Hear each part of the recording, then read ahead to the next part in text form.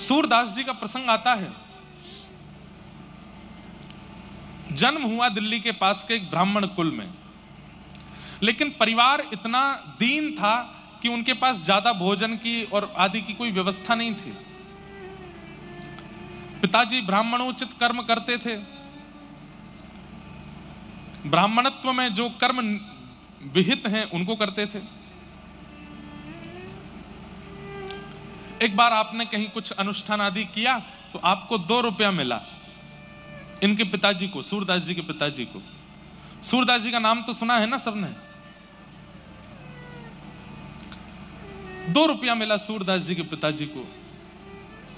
उस समय में 2 रुपया इतना होता था कि उनके पिताजी नाचते हुए गांव में आए और सबको बताया, भैया 2 रुपया मिला है, अब तो 6-7 महीना कहीं जाने की जरूरत ही नहीं है, इससे ही घर चल जाएगा। इतने खुश, इतने प्रसन्न हो गए कि अर्धरात्रि का समय अपनी पत्नी के साथ बोले, मैं सो ही नहीं पा रहा हूं, मुझे इतनी खुशी हो रही है, हमको 2 रुपया मिला है।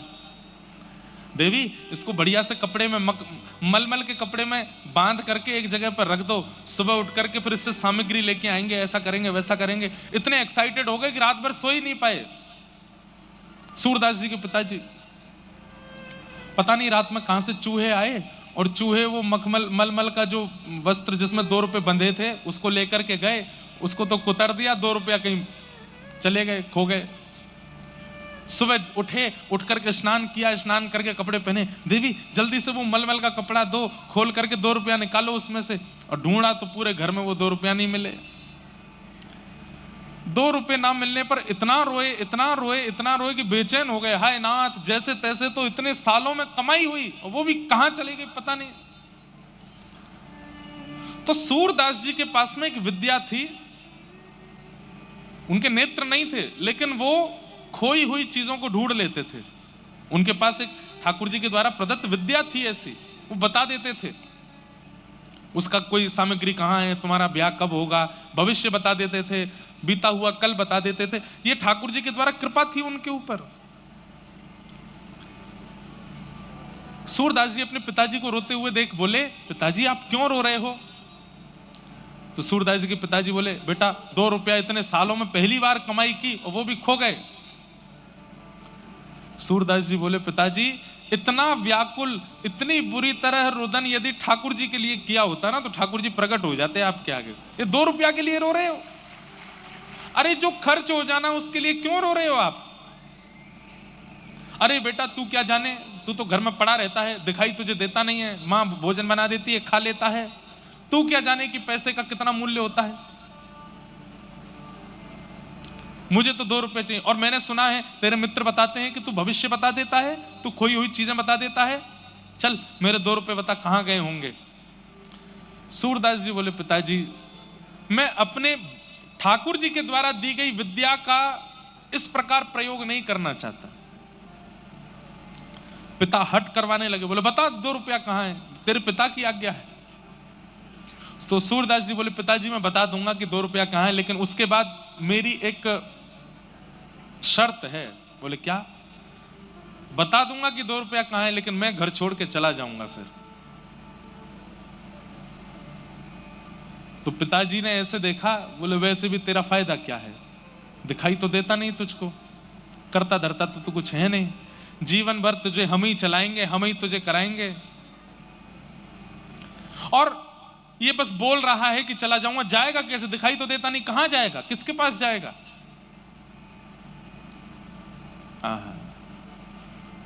सूरदास जी के अंदर बचपन से ही, कई बच्चों में भी आप लोग देखेंगे कि उनके घर में सिखानी नहीं पड़ी है, पर पता नहीं कहां से उन बालकों में भक्ति आ जाती है। ये उनके पूर्व जन्म के संस्कार हैं। सूरदास जी पूर्व जन्म के श्री उद्धव जी महाराज हैं, इसलिए उनके अंदर भक्ति बाल्यकाल से ही है। कहां जाएगा? 2 रुपया बता के कहीं चला भी जाएगा तो तू जाएगा कहां? सूरदास जी कह रहे हैं, नाथ तू अनाथ को अनाथ कौन मोसो, मो समान आरत नहीं, आरत हर तो सो। अरे पिताजी ठाकुर जी के हर नाम के आगे नाथ लगता है। बद्रीनाथ, द्वारिकानाथ, जगन्नाथ, श्रीनाथ। नाथ का मतलब क्या है? जो अनाथों का स्वामी है। अगर मैं घर से चला जाऊंगा तो मेरा स्वामी मेरी रक्षा करेगा। पिताजी बोले अब तू चलिए, बड़ी बड़ी बातें, मुझे ज्ञान मत दे ज्यादा, जल्दी बता 2 रुपया कहाँ है। बोले पिताजी मैं सच बोल रहा हूं कि मैं बता तो दूंगा लेकिन मैं घर छोड़ के चला जाऊंगा। अब तू जल्दी बता। उस समय तो 2 रुपया दिख रहा था। सूरदास जी ने बता दिया। बोले रसोई घर जहां मैया भोजन बनाती है, वहां भोजन बनाने वाली जो सब्जियां काट करके जो नाली से बहाई जाती हैं, वहां रात्रि चूहों ने 2 रुपया फेंक दिए हैं, ढूंढ लीजिए मिल जाएंगे। पिताजी गए, जाकर के उस नाली को साफ करके ढूंढने लगे तो वहां दोनों 2 रुपया मिल गए। 2 रुपया लेकर के पत्नी, अरे देखो देखो देखो, मिल गए मिल गए मिल गए, अब तो 6 महीना का राशन आ जाएगा, 6 महीना घर में खूब सुख रहेगा, बढ़िया रहेगा। तभी सूरदास जी अपनी लाठी लिए चल दिए, जाने लगे। पिताजी बोले अरे सूरदास ठीक है, मैं मानता हूं कि तुझे बुरा लगा होगा लेकिन ऐसे छोड़ के नहीं जाना चाहिए। बोले नहीं पिताजी, मैं वचन का पक्का हूं।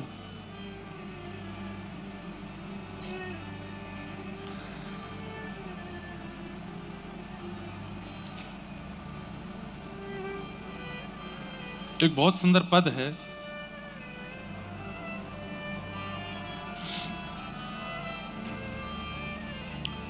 नेत्रहीन है तू, कहां जाएगा, तेरे पास नेत्र तो है नहीं। सूरदास जी कह रहे हैं मैं नेत्रहीन हूं। पिताजी आप नेत्र वाले हो, बहुत ध्यान से सुनिए, कितनी अच्छी बात है। सूरदास जी कह रहे हैं कि पिताजी आपको नेत्र दिए ठाकुर जी ने, ताकि गड्ढा आए तो आप संभल के चलो, ताकि ऊंचाई आए तो आप लांघ के चलो, चाहे मोड़ आवे तो आप मुड़ के चलो, सामने पहाड़ आ जाए तो झुक के चलो। पर मुझे नेत्र नहीं दिए ठाकुर जी ने। क्यों? क्योंकि मेरे नेत्र स्वयं श्री ठाकुर जी हैं, मेरी उंगली पकड़ के वही चलते हैं। आपको तो गड्ढे से स्वयं बचना पड़ता है, पर मुझे ठाकुर जी बचाते हैं। मेरे नेत्र तो श्याम सुंदर हैं। सूरदास जी गा रहे हैं आसावरी। नैनहीन तुम नैना हे हरि, मैं नैनहीन तुम नैना हे हरि, नैनहीन तुम नैना हे हरि, नैनहीन हे थाम उंगरिया जान डगरिया, थाम उंगरिया,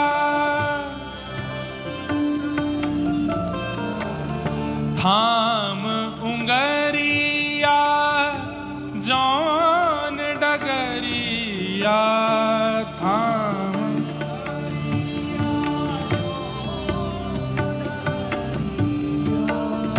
ले चलो मोहे जानो, हाँ ले चलो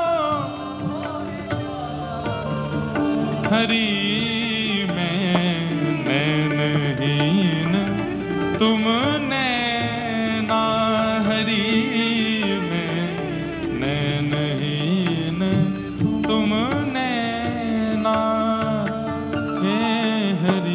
नैनहीन तुम नैना हरि, मैं नैनहीन तुम नैना हरि, मैं नैनहीन तुम नैना हरि, मैं नैनहीन। सूरदास जी गा रहे हैं हरि मैं नैनहीन तुम नैना, मेरे नेत्र नहीं है क्योंकि मेरे नेत्र आप ही हो। थाम उंगरिया, मेरी उंगली आप पकड़िए, मैं आपकी उंगली नहीं पकड़ूंगा। सूरदास जी की भक्ति की प्रणाली का अलग है। हम सब कहते हैं कि हम ठाकुर जी आपकी उंगली पकड़ रहे हैं, आप जहां ले चलोगे जाएंगे। सूरदास जी कह रहे हैं मैं नहीं पकड़ूंगा, आप मेरी उंगली पकड़ो और जहां ले चलोगे वहां जाऊंगा। थाम उंगरिया जौन डगरिया, थाम उंगरिया जौन ले चलो मोहे जानो, हाँ ले चलो मोहे जानो। हरी में नैनहीन तुम नैना, हरी में नैनहीन। निकल गए घर से। पिताजी बुलाते रहे लेकिन लौट करके नहीं आए सूरदास जी। 7-8 वर्ष की आयु है, छोटी सी अवस्था में निकल गए। एक गांव में जाकर के बैठ गए। वहां गांव में बहुत भूख लगी थी, प्यास लगी थी, तो किसी से मांग नहीं रहे थे। तभी एक गौशाला वाला व्यक्ति था, उसकी खूब सारी गैया थी। वो बड़ा बेचैन रोता हुआ उस मार्ग से जा रहा था। सूरदास जी वहीं बैठे थे।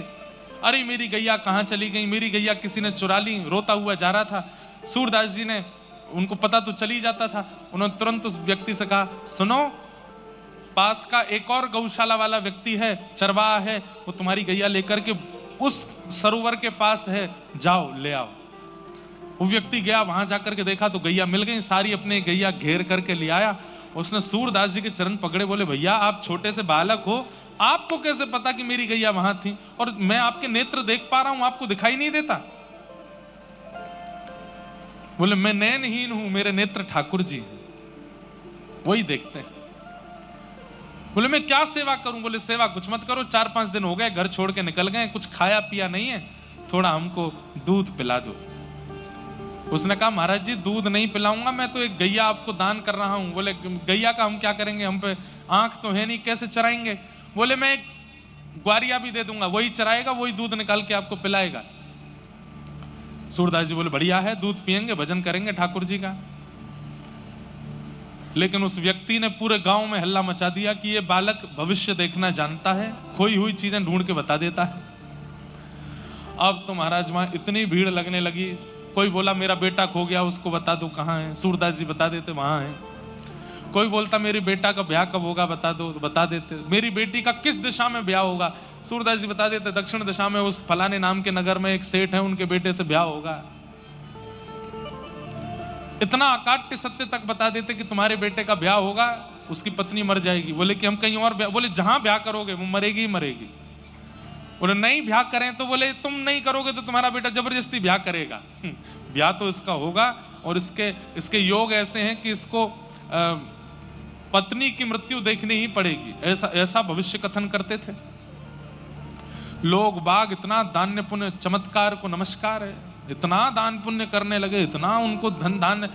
एक गैया थी पहले उनके पास, अब तो गौशाला खुल गई सूरदास जी की, तो महल बन गए उनके, सेवक हाथ पांव दबाने लगे।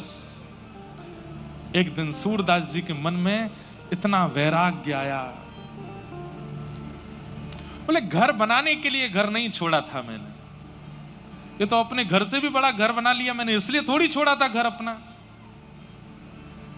और बंधुओं, व्यक्ति किसी के पीछे स्वार्थ से ही लगता है, ये बात तो निश्चित है। तो सूरदास जी के अब हजारों शिष्य हो गए, शिष्य मतलब उनको चाहने वाले। तो एक दिन सूरदास जी ने मंच पर बैठ करके कहा कि मैं आज एक घोषणा करने वाला हूं, तुम सब लोग मुझसे कितना प्रेम करते हो। सब बोले इतना प्रेम करते हैं कि आप पे अपनी जान भी लुटा देंगे। ध्यान से सुनना बात। हजारों लोग बोले हम आप पे अपनी जान भी लुटा देंगे। तो सूरदास जी बोले आज हम एक घोषणा कर रहे हैं। बोले क्या? आज के बाद हम किसी का भूत भविष्य वर्तमान नहीं बताएंगे। आधे लोग तो उसी समय अपना आसन उठा लिए, बोले अब बाबा जी हमारे काम के नहीं है, ये भविष्य ही नहीं बताएंगे, भूत ही नहीं बताएंगे, वर्तमान ही नहीं बताएंगे, तो फिर इनके संग रह के करना क्या है? ये राधे कृष्ण करते हैं, हमको थोड़ी राधे कृष्ण करना, हमको तो इनके चमत्कार से मतलब था। बंधुओं, हमारे हिंदू वैदिक सनातन परंपरा के कई आचार्यों ने अपने गुणों का त्याग किया, तो लोगों ने उनका त्याग कर दिया। सूरदास जी ने जैसे घोषणा करी कि मैं आज के बाद भविष्य नहीं बताऊंगा, भूत वर्तमान नहीं बताऊंगा, तो आधे लोग तो चुपचाप वहां से खिसक लिए। उनसे पूछा गया कहां जा रहे हो तुम, तो प्राण न्योछावर पत्नी की तबीयत बहुत खराब है, बस उसको देख के आ जाऊंगा। कभी नहीं आया लौट के। बेटे को वहां भेजना है, बस उसको पहुंचा के आ रहा हूं। ऐसे बहाने बना बना के सब चले गए, अकेले सूरदास जी रह गए। अब जिन्होंने महल वहल बनवा के खड़े कर दिए थे वो भी बोलने लगे बाबा बहुत पैसा लगा है, अब इसको हमको ही दे दो, हमारा घर परिवार बहुत बढ़ गया। बोले रह लो। सब दे दाग करके जब सब त्याग दिया तो गीता जी कहती हैं आपके चित्त को शांति वस्तु खरीदने से नहीं मिलेगी, आपके चित्त को शांति तो त्याग से ही मिलेगी। त्यागात शांति अनंतरम। जितने लोगों को जोड़ते चलोगे, जितने संबंध बनाते चलोगे, जितनी व्यवस्थाएं जीवन में लाते चलोगे, उतने ही ज्यादा अशांत हो जाओगे आप। और जितने अकेले होते चले जाओगे, जितना त्याग करते चले जाओगे, आपसे ज्यादा प्रसन्न कोई नहीं है फिर। इसका मतलब हम ये नहीं कह रहे कि आप लोग कल ही अपना घर बार छोड़ दो, पर जितना परिवार है ठीक है उतना ही रहने दो। ये बिल्डिंग वाला भी मुझसे खुश हो जाए, वो व्यापारी भी मेरा हो जाए, इससे भी मेरा संबंध हो जाए, ये भी मेरा मित्र बन जाए, इससे भी मेरे कांटेक्ट हो जाएं, मेरे फोन लिस्ट में कम से कम 500 आईएएस ऑफिसरों के नंबर हो जाएं, इतने पुलिस अधिकारियों के हो जाएं, इस नेता से मेरा। ये बहुत ज्यादा संपर्क बनाने में और संबंध बनाने में जो लोग रहते हैं, एक दिन बहुत निराश होते हैं, बहुत हताश होते हैं। संपर्क मतलब मैंने तो अभी संपर्क संबंधों की बात की, पर किसी भी रूप में, चाहे धन के रूप में, गाड़ी के रूप में, धान्य के रूप में, संबंध के रूप में, ऐश्वर्य के रूप में, जितना विस्तार करोगे उतने शांत होते चले जाओगे। और जितने एकांत उतने प्रसन्न। सूरदास जी ने जब सबने सूरदास जी का त्याग कर दिया, सूरदास जी बोले अब मन को शांति लग रही है, अब मन को अच्छा लग रहा है। और तब निकल पड़े, आगरा के पास एक गांव में जाकर के निवास करने लगे। अब किसी का भविष्य भूत वर्तमान नहीं बताते, उनको पता चल भी जाता है फिर भी नहीं बताते, केवल भजन करते हैं ठाकुर जी का। 30 वर्ष के आसपास की आयु हो गई, तब जाकर के मन में फिर से एक विकार लगा कि कुछ कमी है, कुछ जैसे मानो रह गया हो। तब पूछने लगे अपने आप से कि क्या रह रहा है, क्या छूट रहा है। तब मन से आवाज आई कि अभी तक तुम्हारे गुरु नहीं मिले, तुम्हारे जीवन में सदगुरु नहीं आए। तब इच्छा हुई कि मैं किसको गुरु बनाऊं। बंधुओं, हम एक बात कहते हैं, और हम ही नहीं, ये सब शास्त्र आज्ञा भी कहती हैं कि आप गुरु नहीं खोजते, गुरु आपको खोजता है, गुरु आपको चुनता है। आजकल के बच्चे गुरु चुनते हैं कौन से वाले बेटर हैं, हेयर स्टाइल जिनकी ज्यादा अच्छी हो, ड्रेसिंग सेंस जिनका बढ़िया हो, प्रभाव जिनका अच्छा हो, गला जिनका अच्छा हो, देखने में जो सुंदर हो, उनको गुरु बनाए। नहीं, ऐसे गुरु नहीं। गुरु कौन? जिसकी वाणी प्रकट होते ही नेत्र बंद हो गए और चित्त में प्रिया प्रियतम का विलास प्रारंभ हो गया, जिसके उपस्थित होते ही मन में जितने विषाद थे, विकार थे, उसके दर्शन मात्र से नष्ट होने लगे, जिसके उपस्थित होते ही ये मेटेरियलिस्टिक वर्ल्ड अच्छा नहीं लग रहा है, अब बस इच्छा हो रही है चल मन वृंदावन धाम, चल मन वरसानो धाम, चल मन भक्ति के मार्ग पर। जिसके चित्त में आती आलस्य चला गया, क्रोध चला गया, काम चला गया, जिसका स्वरूप, जिसकी वाणी, जिसकी उपस्थिति इतने परिवर्तन चित्त में कर दे, वही गुरु है। वो गुरु है। जिसको देख करके आप आकर्षित हो गए, वो गुरु नहीं हो सकता। जिसको देख करके आपके चित्त का अहंकार, आपके चित्त का काम, क्रोध, ईर्ष्या, द्वेष, अभिनिवेश, अहंता, ममता ये नष्ट हो जाए, वो गुरु है। सूरदास जी के मन में विषाद हो रहा था कि मेरे जीवन में गुरु नहीं है। तभी 4-5 लोग चर्चा करते जा रहे थे, अरे तुम्हें पता है एक आचार्य चरण भ्रमण करते हुए व्रजधाम की ओर जा रहे हैं और वो इसी गांव से निकलने वाले हैं। तो दूसरे ने पूछा कौन से आचार्य चरण? तो नाम बोले श्रीमद वल्लभाचार्य जी महाराज। नाम सुनते ही सूरदास जी के चित्त में मानो जैसे किसी प्यासे को प्यास लगी हो, उसको जल पिला दिया हो, ऐसी तीव्र शांति होने लगी। सूरदास जी बोले जिनके नाम में इतनी शांति है, उनके वचनामृत कितने अद्भुत होंगे, उनके दर्शन कितने अद्भुत होंगे। गांव में श्रीमद् वल्लभाचार्य जी का आगमन हुआ। इन्होंने किसी गांववासी से कहा मुझे वल्लभाचार्य जी के दर्शन कराने ले चलो। तो गांव के सदस्य ने कहा भाई तुम पर नेत्र तो है नहीं, तुम क्या दर्शन करोगे, तुम देख तो पाते नहीं हो, कैसे देखोगे। सूरदास जी का उत्तर गजब का है। बोले मैं उनको नहीं देख पाऊंगा, पर वो तो मुझे देख लेंगे, उनकी दृष्टि तो मेरे ऊपर पड़ जाएगी। बस यही तो चाहिए कि वो मुझे देख लें एक बार। और जैसे ही सूरदास जी पहुंचे, श्रीमद् वल्लभाचार्य जी महाराज विराजमान थे गुरु रूप में, सामने असंख्य भक्त बैठे थे। किसी ने कहा ये बड़े अच्छे साधक हैं, इनका नाम सूरदास है। और आंसू कवि, आंसू कवि किसको कहते हैं, जो तुरंत रचना करके गा देता हो, तुरंत रचनाएं करके बना देता हो, उसको आंसू कवि कहते हैं। और ये आंसू कवि हैं। वल्लभाचार्य जी बोले अच्छा इधर आओ। सूरदास जी लठिया लेके गए, बैठ गए, कुछ सुनाओ। सूरदास जी तुरंत गाने लगे। कौन कुटिल खल कामी मौसम, कौन कुटिल खल कामी, जो तन दियो ताहि बिसरायो, ऐसो नमक हरामी। अपनी बुराई करने लगे, मैं तो कुटिल हूं, मैं तो कामी हूं, ऐसा पद गाने लगे। वल्लभाचार्य जी बोले कुछ और सुनाओ।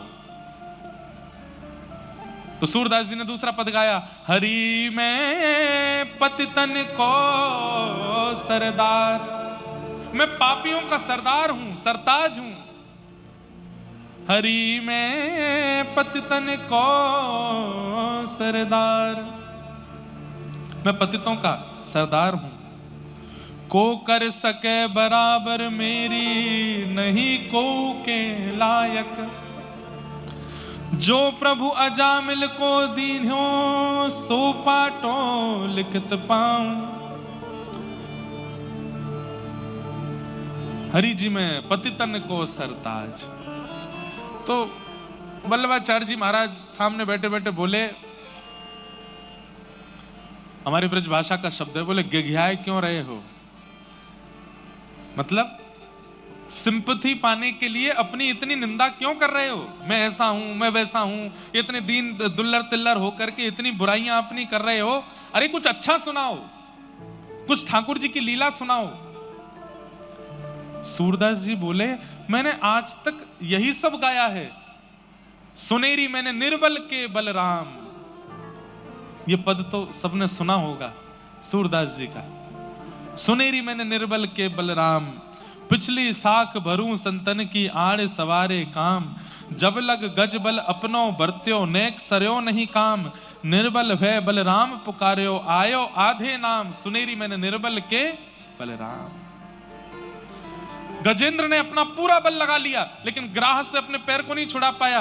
लेकिन जैसे ही आपको पुकारा तो आधा नाम हरि, हरि पूरा नहीं बोल पाया, केवल ह बोला है। रौ बोलते बोलते तो ठाकुर जी आ गए, आकर के गजेंद्र को वहां से उबार लिया। आए आधे नाम, सुनेरी मैंने निर्बल के बलराम। द्रुपद सुता निर्बल भईता दिन, तज आए निज धाम। दुशासन की भुजा थकित भई, वसन रूप भय श्याम। सुनेरी मैंने निर्बल के बलराम, सुनेरी मैंने निर्बल के बलराम। सूरदास जी बोले मैंने आज तक ऐसे ही पद गाए हैं, ठाकुर जी के बल का, प्रभाव का जिसमें वर्णन हो, या फिर अपनी निंदा जिसमें हो। गोस्वामी वल्लभाचार्य जी बोले एक बार जाओ जमुना स्नान करके आओ। जमुना स्नान करके आए तो आकर के बोले अपने दिव्य चक्षुओं से अनुभव करने का प्रयास करो, सामने क्या दिखाई दे रहा है। सूरदास जी ने यथा उचित वर्णन कर दिया कि आप एक सुंदर आसन पर बैठे हैं, पीली पीतांबरी, पीले वस्त्र पहने हैं, आपके सुंदर ललाट पर गोल तिलक है, वल्लभ कुल का तिलक है, आपके कानों में सुंदर कुंडल है, लंबी चौड़ी शिखा है, आपका ललाट बिल्कुल तेज से भरपूर है। वल्लभाचार्य जी बोले और बताओ और क्या दिख रहा है? तभी सूरदास जी के नेत्रों से अश्रु आने लगे। ओहो जय हो, आपके बाम भाग में गौर वर्णा श्री किशोरी जी बैठी हैं और आपके दाहिनी गोद में श्याम सुंदर ठाकुर जी बैठे हैं, मुझे दिख रहा है। वल्लभाचार्य जी बोले अब सुनाओ। तब सूरदास जी ने ठाकुर जी की लीला का पद गाया।